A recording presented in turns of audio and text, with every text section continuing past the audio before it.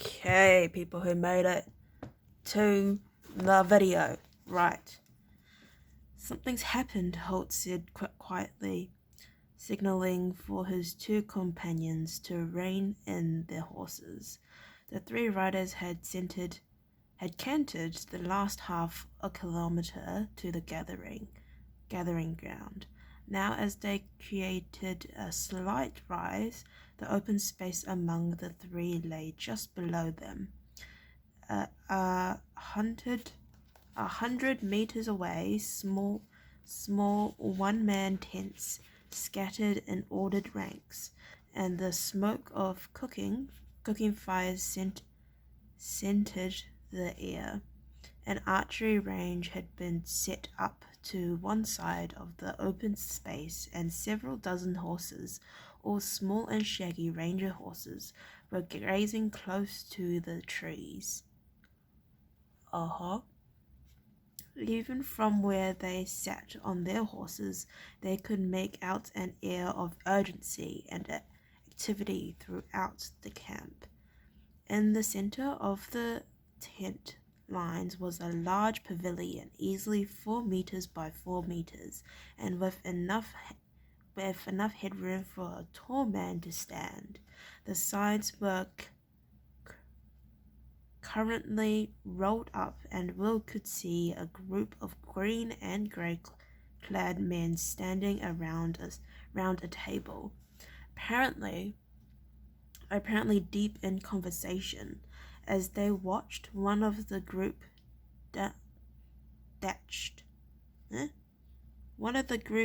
detached himself, running to a horse waiting just outside the entrance.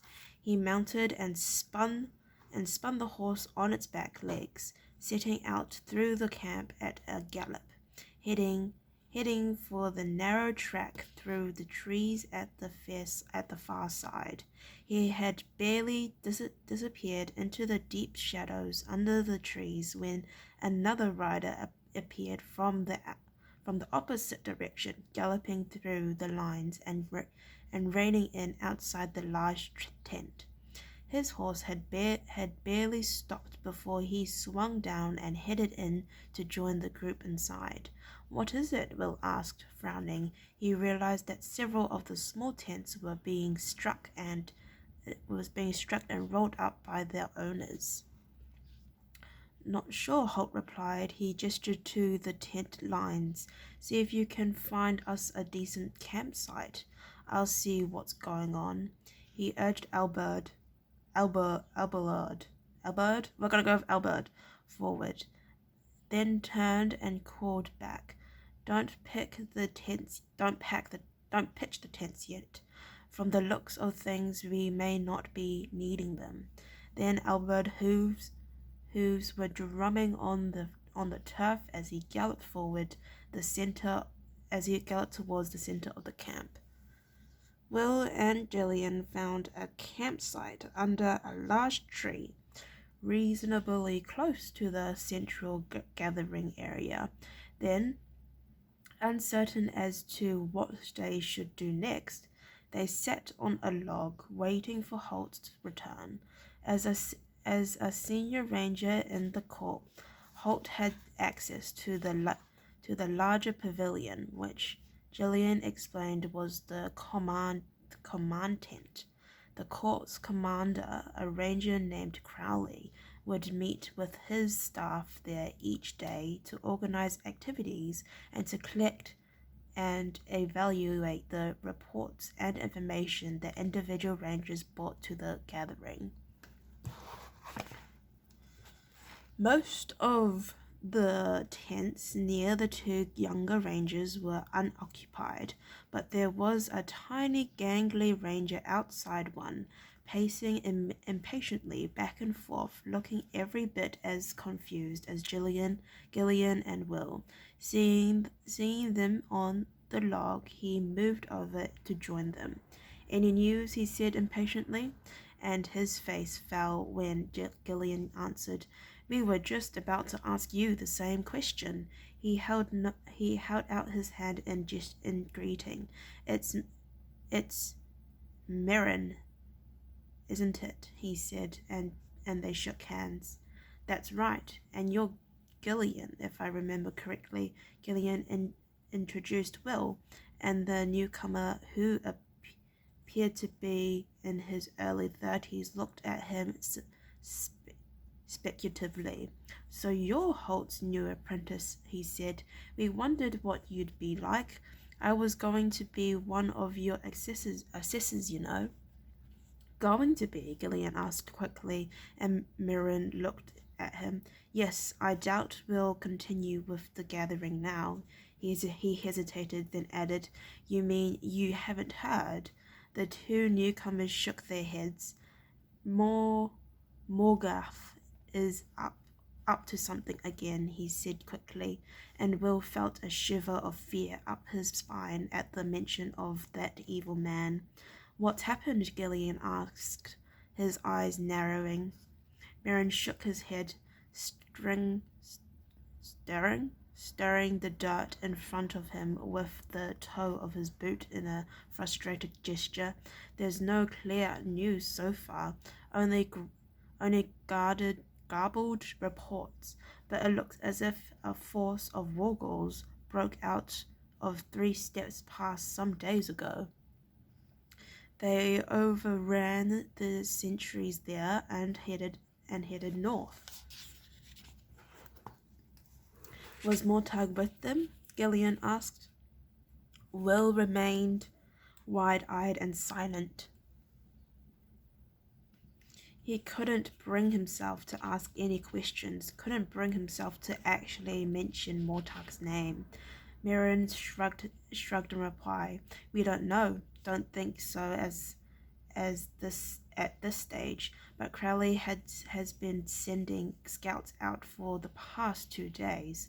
Could be it's just a raid, but if it's more than that, it could mean the start of another war. If so, it's a bad time to lose Lord Lariak. Gillian looked up, concern in his voice. Lariak's dead? He asked, and Marian nodded. A stroke apparently, or his heart. He was found dead a few days ago, with not a mark on him, staring straight ahead, stone cold dead. But he was in his prime, Gillian said. I saw him only a month ago, and he was as healthy as a bull. Marian shrugged. He had no explanation. He only knew the facts of the matter. I suppose it can happen to anyone, he said. You just never know. Who's Lord Loriak? Will asked Gillian quickly. The young ranger shook his head thoughtfully as he answered. Loriak of Steeden. He was the leader of the Knights' Heavy Cavalry. Probably our best cavalry commander. As Merrin said, if there's war, he'll be sorely missed. A cold hand of fear closed around Will's heart. All his life people had spoken in whispers of Mortag, if they had spoken of him at all. The great enemy had assumed the proportions amongst almost of a myth, a legend from the old dark days. Now the myth was becoming reality once more. Confronting, terrifying reality.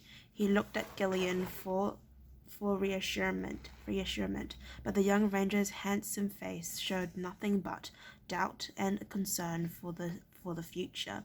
It was almost an hour before Holt rejoined them. As it was after midday, Will and Gillian had prepared a meal of bread, cold meat, and dried fruit. The grey-haired ranger slid down from Albert's saddle and accepted a plate from Will, eating the food in quick bites. The gathering's over, he said shortly between mouthfuls. Seeing the senior ranger's arrival, Marian had deferred back to join their group. He and Holt greeted each other briefly. Then Merrin posed the question that was on all their minds. "Is it war?" he asked anxiously, and Holt shook his head. We don't know for certain. Late, latest reports show that Mortag is still in the mountains. Then why did the Wargles break out? Will asked. Everyone knew that Wargles only did the will of Mortag. They never would have performed such a radical act without his direction. Holt's face was grim as he answered, "They're only a small party, perhaps 50 of them. They were intended to act as a diversion. While our guards were busy chasing the Wargles, Crowley thinks that the two Kalkara slipped out of the mountains and are holed up somewhere on the solitary plains." Gillian gave a low whistle. Merrin actually took a step back in surprise. Both the younger rangers' faces showed their utter horror at the news. Will had no idea what the Kalkara might be, but judging from Holt's expressions and the reactions of Gillian and Merrin, they were obviously not good news. "You mean they still exist?" Merrin said. "I thought they died out years ago." "Oh, they still exist, all right," Holt said. There are only 2 of them left, but that's enough to worry about." There was a long silence between them. Finally, hesitantly, Will had to ask, "What are they?" Holt shook his head sadly. It was not a subject that he wanted to discuss with someone as young as Will, but knowing what lay ahead of them all, he had no choice. The boy had to know. When Mortag was planning his rebellion, he wanted more than an ordinary army. He knew that if he could terrify his enemies, his task would be far easier. So over the years he made several expeditions into the mountains of rain and night, searching. "Searching for what?" Will asked, although he had the uncomfortable feeling that he knew what the answer would be. For allies he could use against the kingdom. The mountains are an ancient, undisturbed part of the world. They've remained unchanged for centuries, and there were rumors that strange beasts and ancient monsters still lived there. The rumors turned out to be all too true. Like the Wargles will put in, and Holt nodded. Yes, like the Wargles, and he very quickly enslaved them and bent them to his will, he said with a touch of bitterness in his voice. But then he found the Kalkara, and they're worse than Wargles. Much, much worse. Will said nothing. The thought of beasts that were worse than Wargles was a disturbing one, to say the least. There were three of them, but one was killed about 8 years ago, so we know a little more about them. Think of a creature somewhere between an ape and a bear that walks upright, and you'll have an idea of what a Kalkara looks like. So does Mortag control them with his mind, like the Wargles? Will asked, and Holt shook his head. No, they're more intelligent than Wargles, but they are totally obsessed with silver. They worship it and hoard it, and Mortag apparently is giving it to them in large amounts, so they'll do his bidding, and they do it well. They can be incredibly cunning while they stalk their prey. Prey? Will asked. What sort of prey? Holt and Gillian exchanged a glance, and Will could see that his mentor was reluctant to talk about the subject. For a moment he thought Holt was going to begin another of his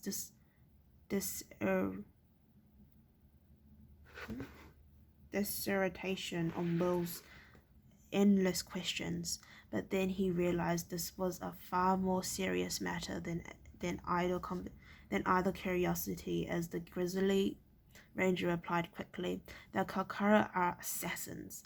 Once they've been given a specific victim, they would do anything in their power to reach that person and kill them. Can't we stop them? Will asked, his gaze shifting briefly to Holt's massive longbow and the bristling quiver of black arrows. They're very difficult to kill. They have thick hair covering that's matted and bonded together so that it's almost like scales. An arrow will hardly penetrate. A battle axe or a broadsword is best against them, or a good thrust with a heavy spear might do the job. Will felt a moment of relief. These Kalkara had started to sound almost invincible, but there were plenty of accomplished knights in the kingdom who would doubtless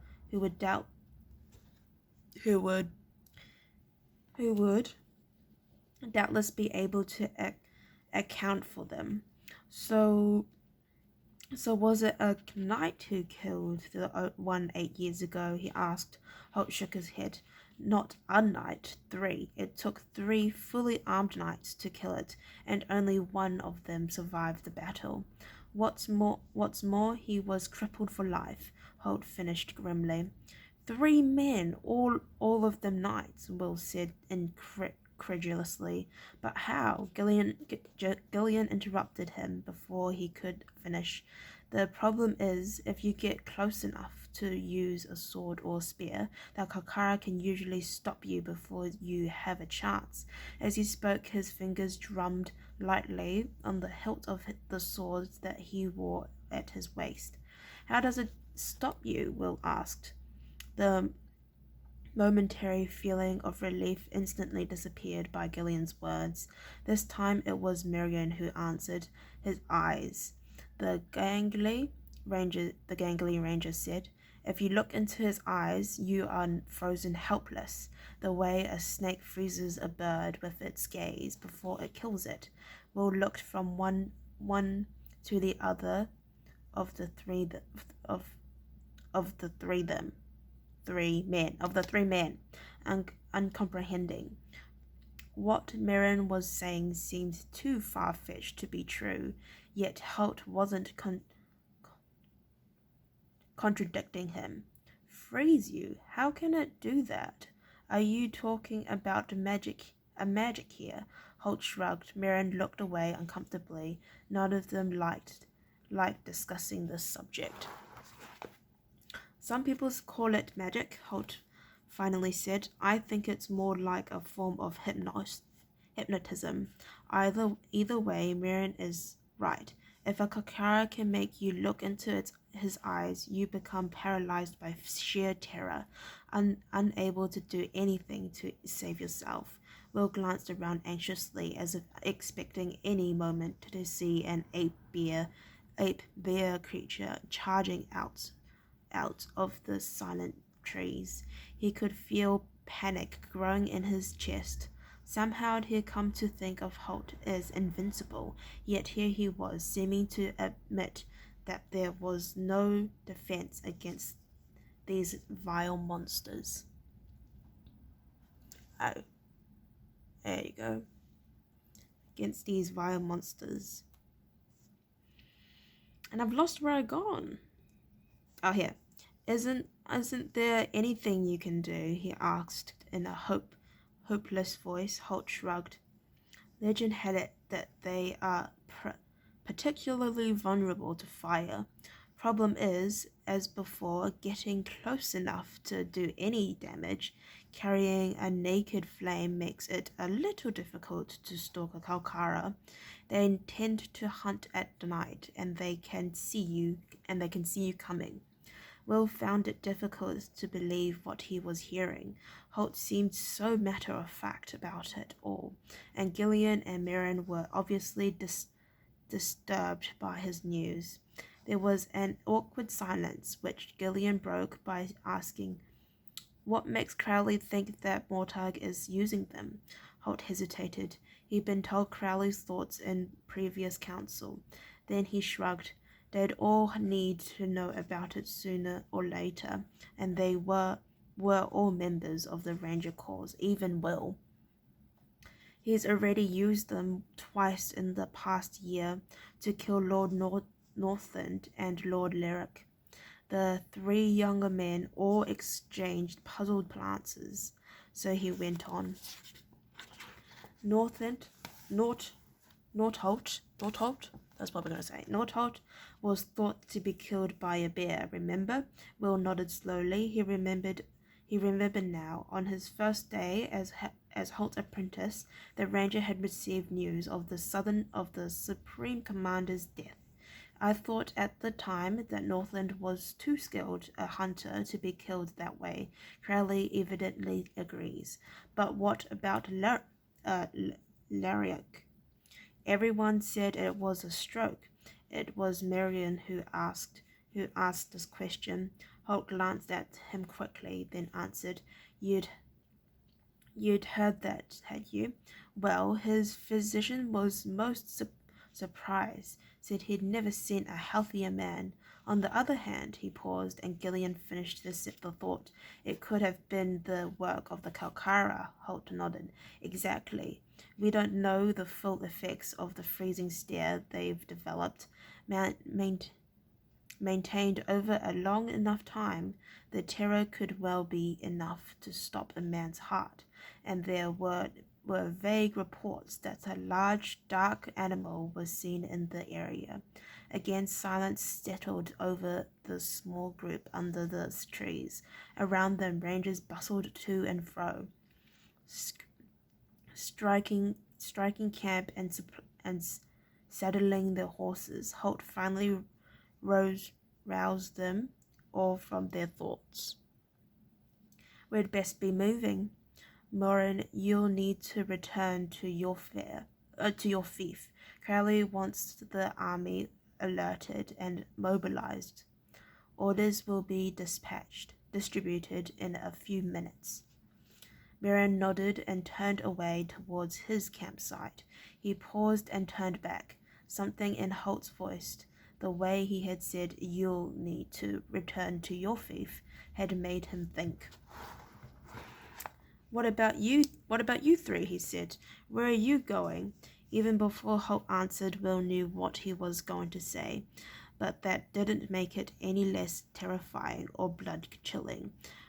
When the words were said, "We're going after the Kalkara." Oh my gosh, what a cliffhanger. Okay, well, thank you for listening to me read up to this chapter. I will see you in the next one. Bye-bye.